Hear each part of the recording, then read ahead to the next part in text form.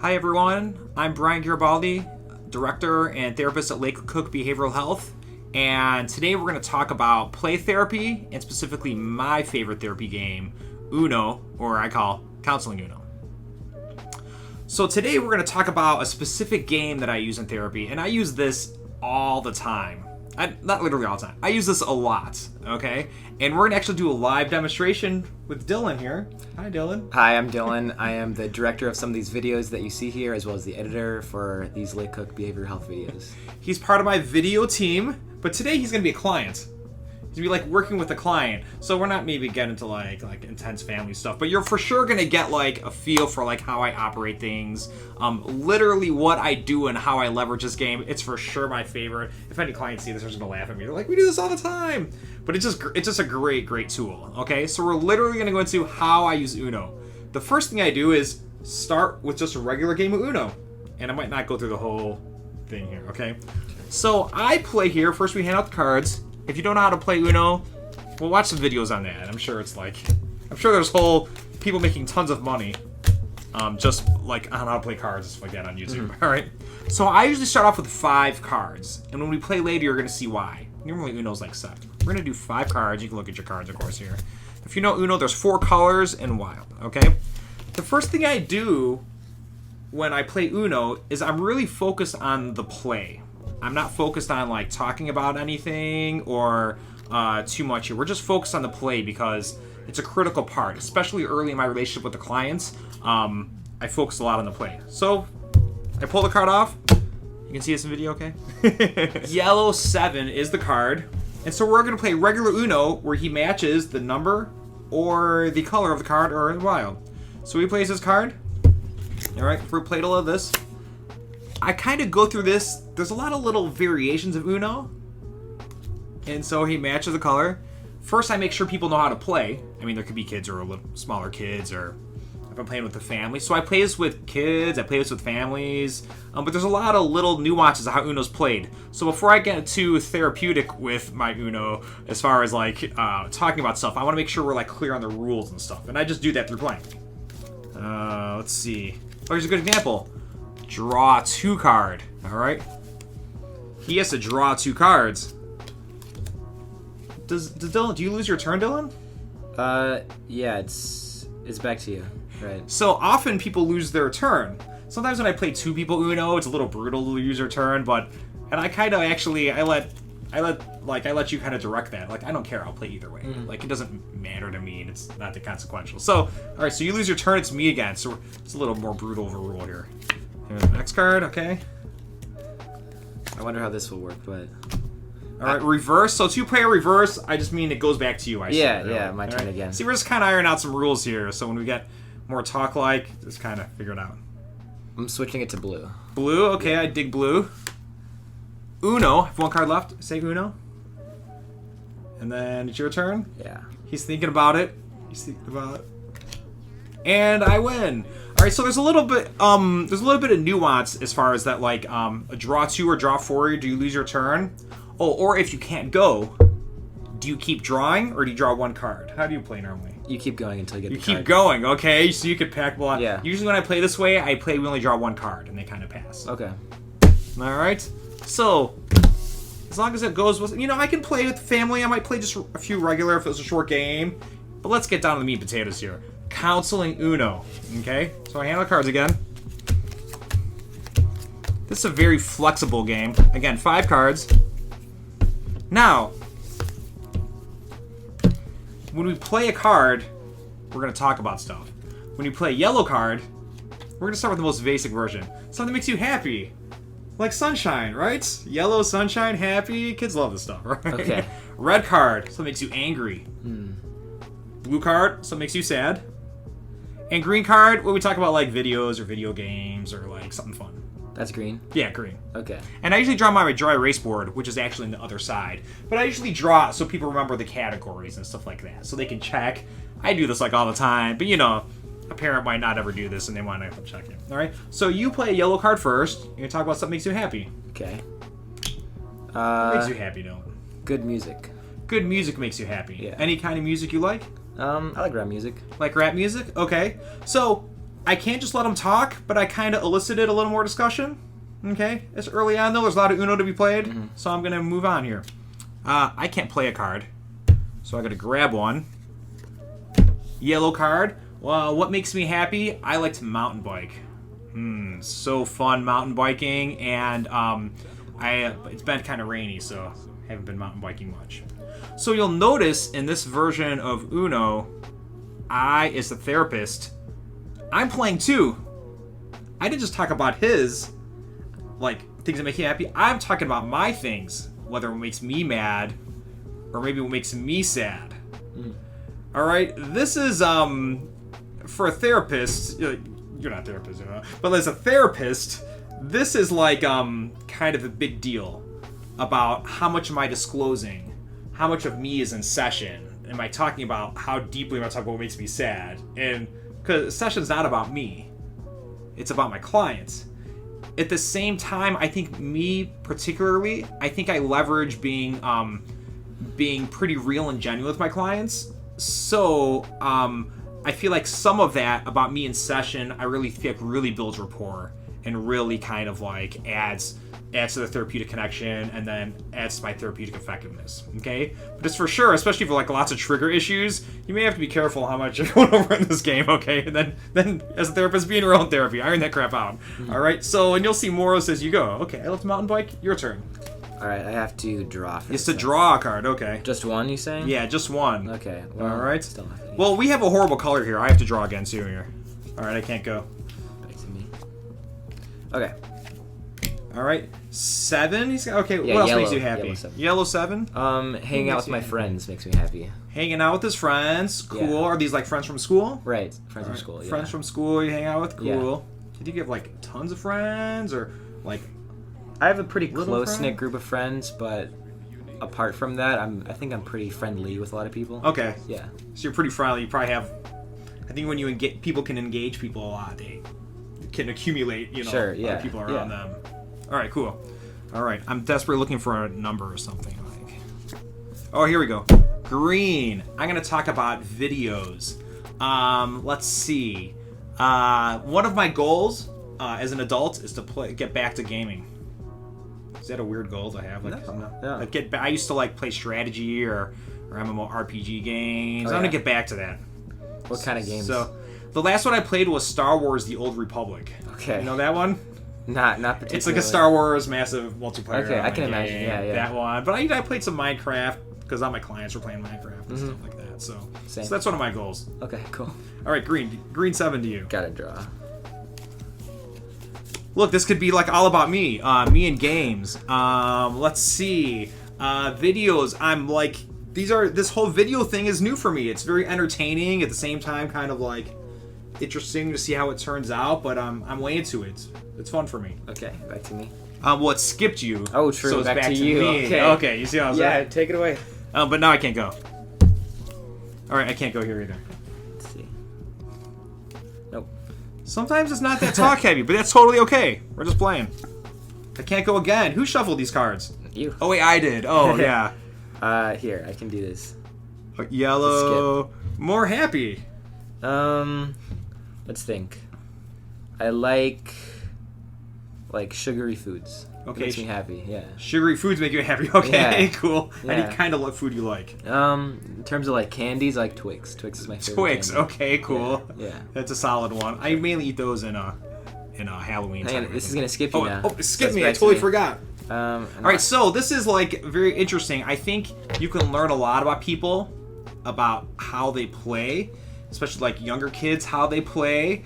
I've already kind of worked with stuff with Dylan, so I but there's a lot layered in here about rules, what you go along with. I know Dylan, for example, this is almost like a time-on game. Dylan can be he's attention to detail. He wants stuff to run well. You can be assertive at times. Thank you. And this is totally reflective of that.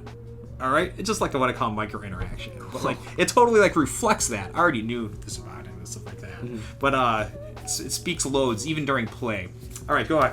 I'm drawing. I want you. We're gonna totally violate the game's rule for a second for Okay. the sake of this. I want you to play a red card. Do you have a red card? Yeah, I do have Why red don't you play a cards. red card?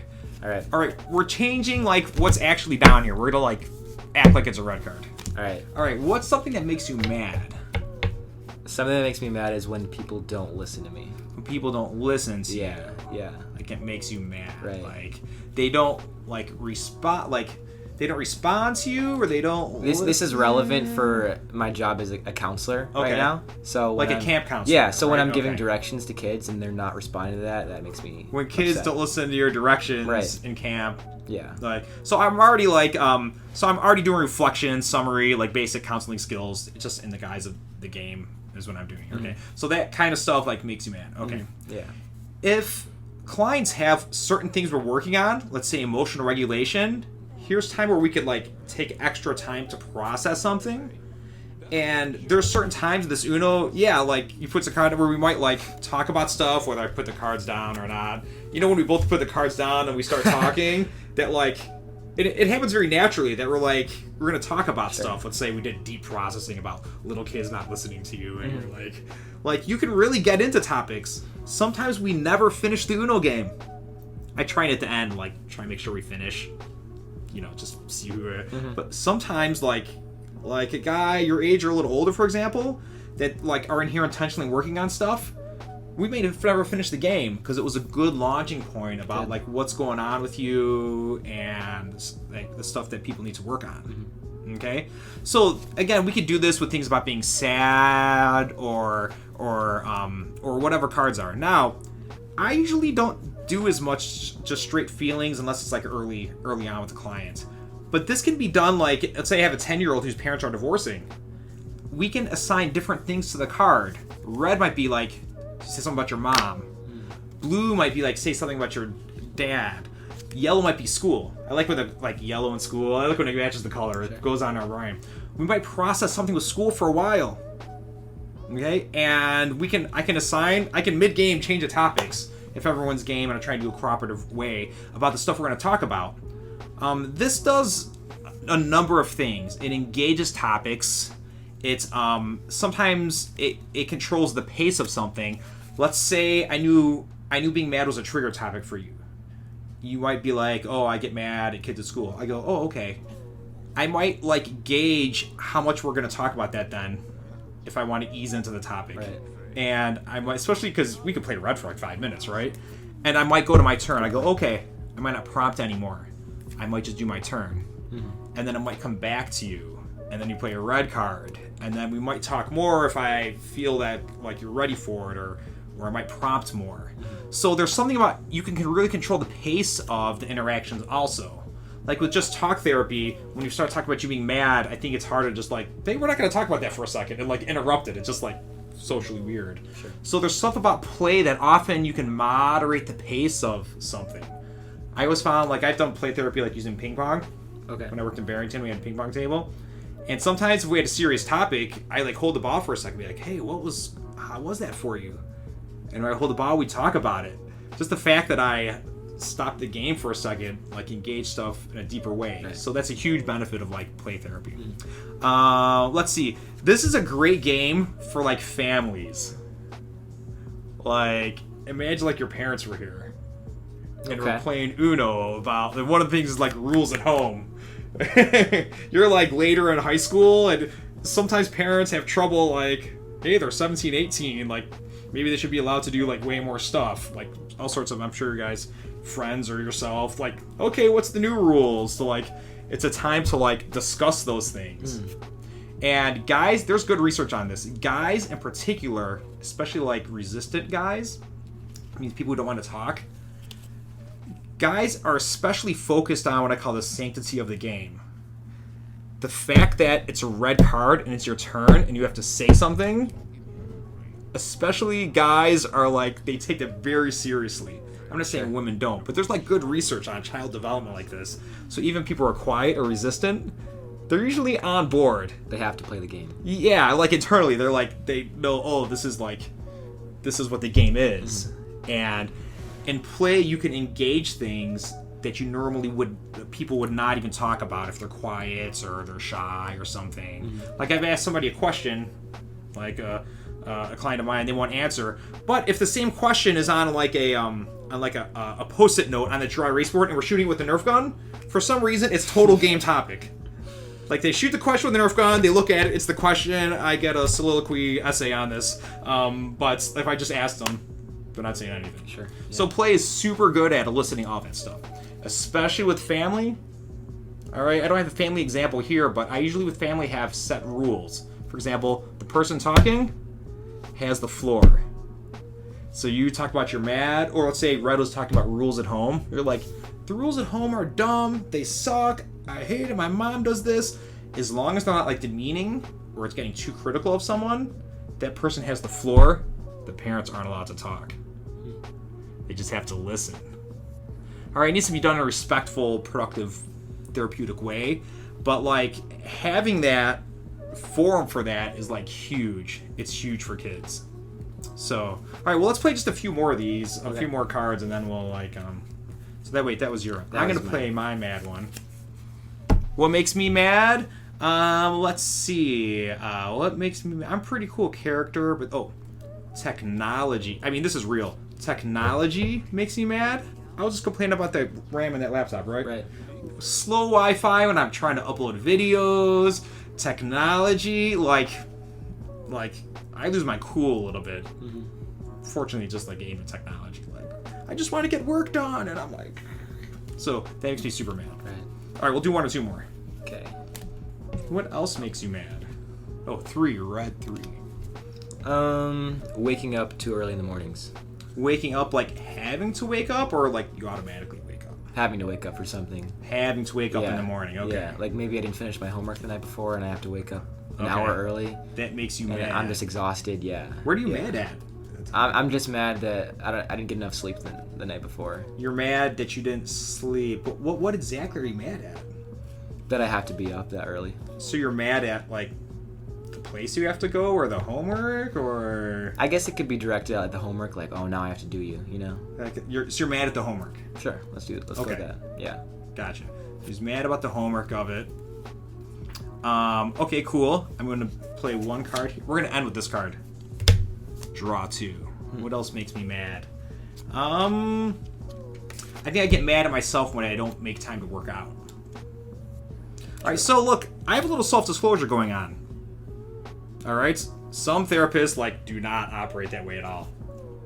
They just don't. This is a little reflective of my style, especially with kids, but, like, for some therapists to say they would never say that. Mm-hmm. So you have to realize what's involved in this game. I have my turn. I think this really helps rapport with my client. Hopefully I'm not whipping out anything that's, like, you know, catastrophic to me, or like I break down on the sad card. like we've got a good therapeutic. Like I'm the therapist now. I'm talking you're like something. My cat, it was just last week, and then they're like, "Oh, it doesn't go that way." But I think like for teenagers, like you guys are old teenagers now. Like self-disclosure, like the fact that people are real, I think this is a big deal for therapists to be real, not just like this. I can't be a parent or some school administrator. I can't be that role. You know, I can be kind of real. So some of this allows for some of that. But there's total self-disclosure elements in this. All right. So that's kind of how I operate Uno. Again, we might even finish a game and just like go on processing points. But that's like great. So it's an example of the activity mixed with talk therapy. If it's the end of like the session, and sometimes I'll be like, okay, we're gonna finish the game and not talk about anything. So I might just try and like finish the game. It also brings us away from maybe some intense points, some, you know, some de-escalation is the word, but, you know, more like mellow stuff out, some rapport time without intense like discussion about stuff, but like finishes the game, put some ending and stuff. Right. So that's my therapy or counseling Uno, I called it. I just want to do a concrete video exactly how I do it, because I think I'm way into exactly how therapy's done, what people do or say. That really helps and elicit change and stuff like that. So, thanks everyone for watching. Thanks, Dylan. Thanks for your great video production work. Thanks everyone for watching.